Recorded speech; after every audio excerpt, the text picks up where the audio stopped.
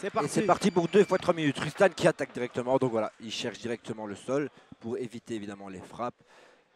Un maximum de points en fait se joue au sol en tout cas et en lutte en amateur. Donc c'est une très bonne tactique en tout cas prendre des points au début. Donc Donc voilà. Dylan pour le moment a une bonne défense de lutte.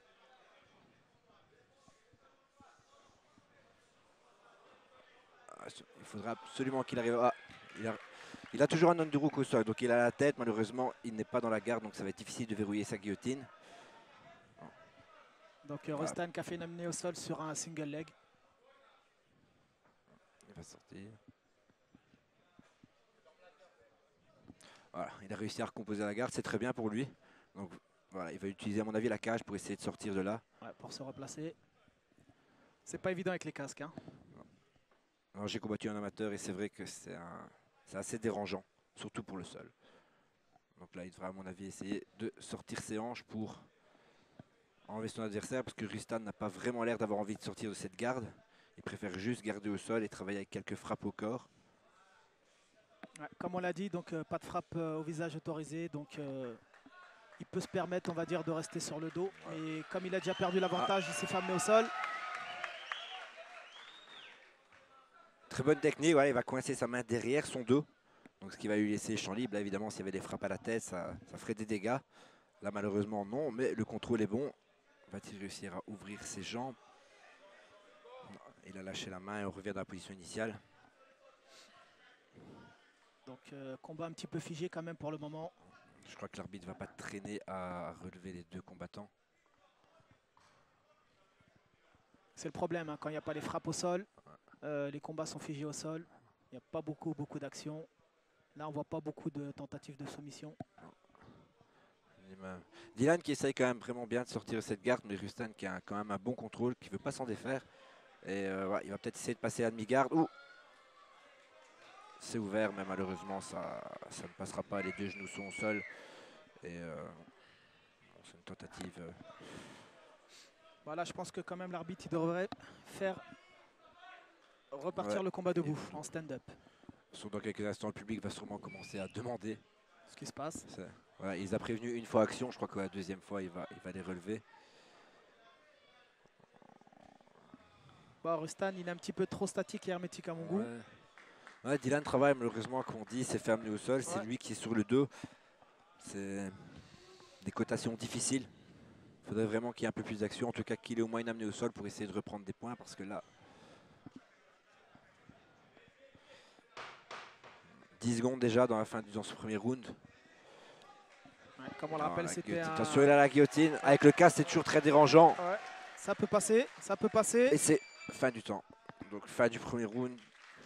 Un premier round assez lent. Assez lent, malheureusement, c'est souvent comme ça en amateur, donc quand ça va au sol directement.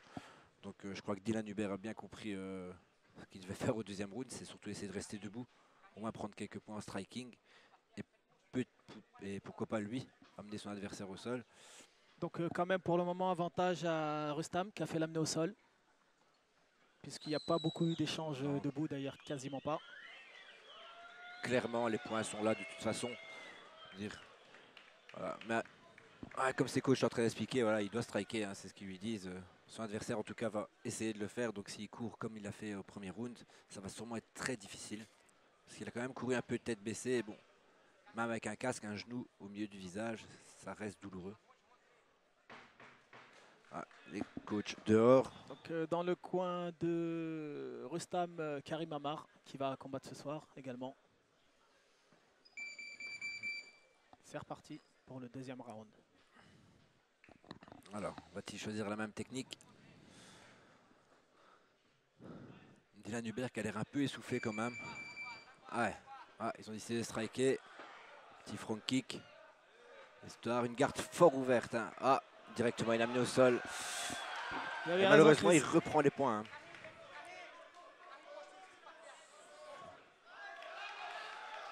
Hein. Sur cette demi-garde de côté. Il faudrait qu'il arrive. Voilà, très bien, très bonne technique. Il va réussir à passer derrière. Il faudrait qu'il arrive à décrocher sa tête. Malheureusement, avec un casque, c'est quand même assez difficile. C'est comme Donato. S'il passe dans le dos, par contre, il prend le dos et il va prendre. Non, sa tête est toujours engagée. Hein. Ah. Dommage pour lui. À mon avis, il n'arrivera pas à sortir sa tête comme ça, Non. surtout avec le casque. Peut-être attendre l'épuisement de Rustam, parce que mine de rien, la congestion peut vite arriver. Voilà, il a ouvert ses bras et il sort sa tête. Changement de situation. Il a pris le dos, il prend 5 points. Une tentative de rear naked choke. Bon. Va-t-il repasser au-dessus pour l'étendre ou le replacer directement sur le dos? Belle sortie en tout cas. Hein. Ouais, il a réussi à la faire, mais avec un casque, c'est quand même beaucoup plus dur. Stan qui devrait dégager sa jambe, voilà, prendre le talon, dégager sa jambe, attention de ne pas croiser les pieds. Ah. Stan qui résiste, mais là... Il verrouille, il verrouille, il verrouille, il verrouille. Il verrouille.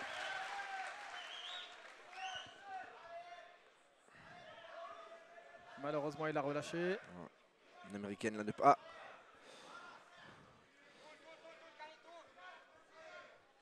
On sent quand même un peu la fatigue. C'est ça. Je crois qu'à un moment ou l'autre, Rustam va relâcher les bras et l'étranglement va passer parce qu'il n'essaye pas vraiment de sortir de cette position de dos. Et à un moment ou l'autre, ça paye. Hein. C'est quand même une position assez confortable pour Dylan. Oh. On rappelle, il y aura eu les frappes au sol. Ouais. Voilà. Le bras droit est passé. Non, au-dessus. Oh, là, c'est engagé avec le casque en plus. Attention, ça va sûrement frapper dans quelques instants. Il tient un cage, il essaie. S'il ponte, il récupère un bras magnifique. Il va repasser. Dylan devrait vraiment le remettre sur le dos et ponter. Ponter au maximum. Parce qu'il était très bien engagé. Apparemment, le casque gêne énormément. Et la sueur n'est pas non plus là pour aider. L'étranglement, il n'est pas là. L'étranglement, il n'est pas là. Malheureusement. Il ne perd pas sa position, c'est déjà ça.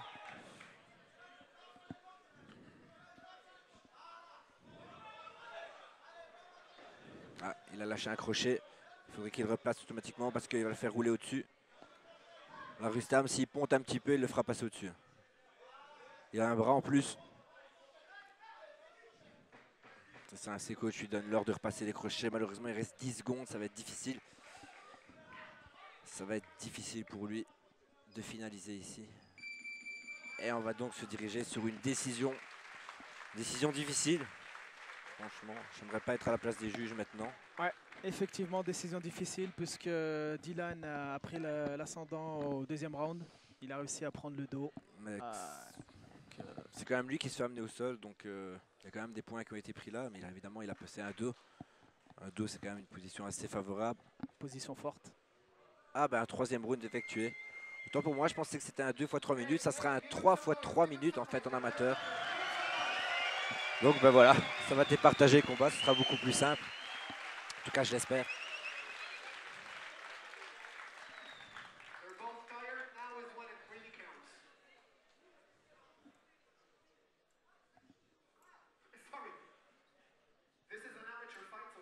Ah, il me semblait bien, donc voilà. Le speaker est en train d'expliquer qu'il n'y a pas de troisième round, ils se sont un peu trompés tout simplement. Donc voilà, la décision est là.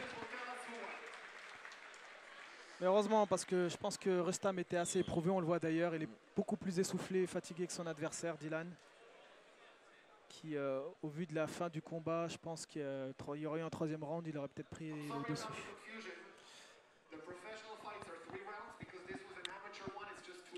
Mais je pense quand même que Rustam va gagner ce combat parce qu'au premier round, il a les points, il avait la position, il a les points de l'amener au sol au deuxième. Malheureusement, Dylan a des bonnes positions, mais est-ce que ça sera assez pour remporter une décision? On va le savoir très bientôt.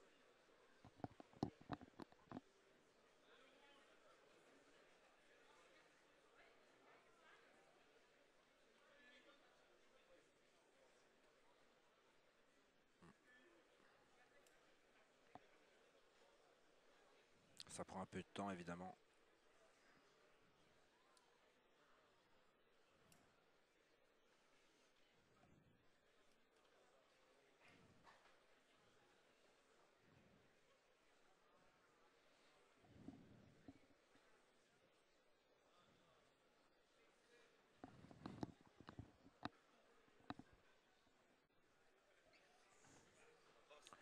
Voilà, le speaker revient avec la décision.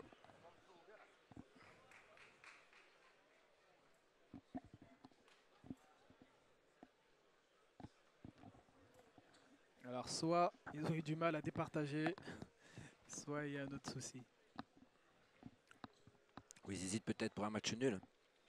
Ça arrive souvent en amateur sur 2 rounds comme ça. Difficile de départager les combattants. Un draw est souvent sorti à la décision.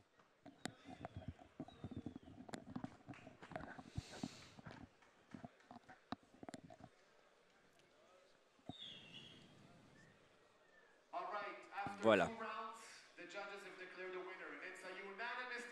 Ah. Et voilà. Tu avais raison, Chris. Donc décision unanime pour Rustam. Bah, pour un premier combat, c'est quand même pas trop mal. Hein. En plus, dans un gala quand même assez rénové, donc il faut penser au stress du combattant, ce que ça peut donner. Je me rappelle de mes premiers combats amateurs, ça n'avait rien à voir. C'est-à-dire évidemment, donc en plus du stress, bah, se joue la technique du premier combat. Donc bah, c'est pas un mauvais premier combat du tout. Malheureusement pour Dylan, bah, ça n'a pas suffi. Dire, son deuxième round était très beau, mais. Et puis il perd qu'à la décision, donc c'est pas.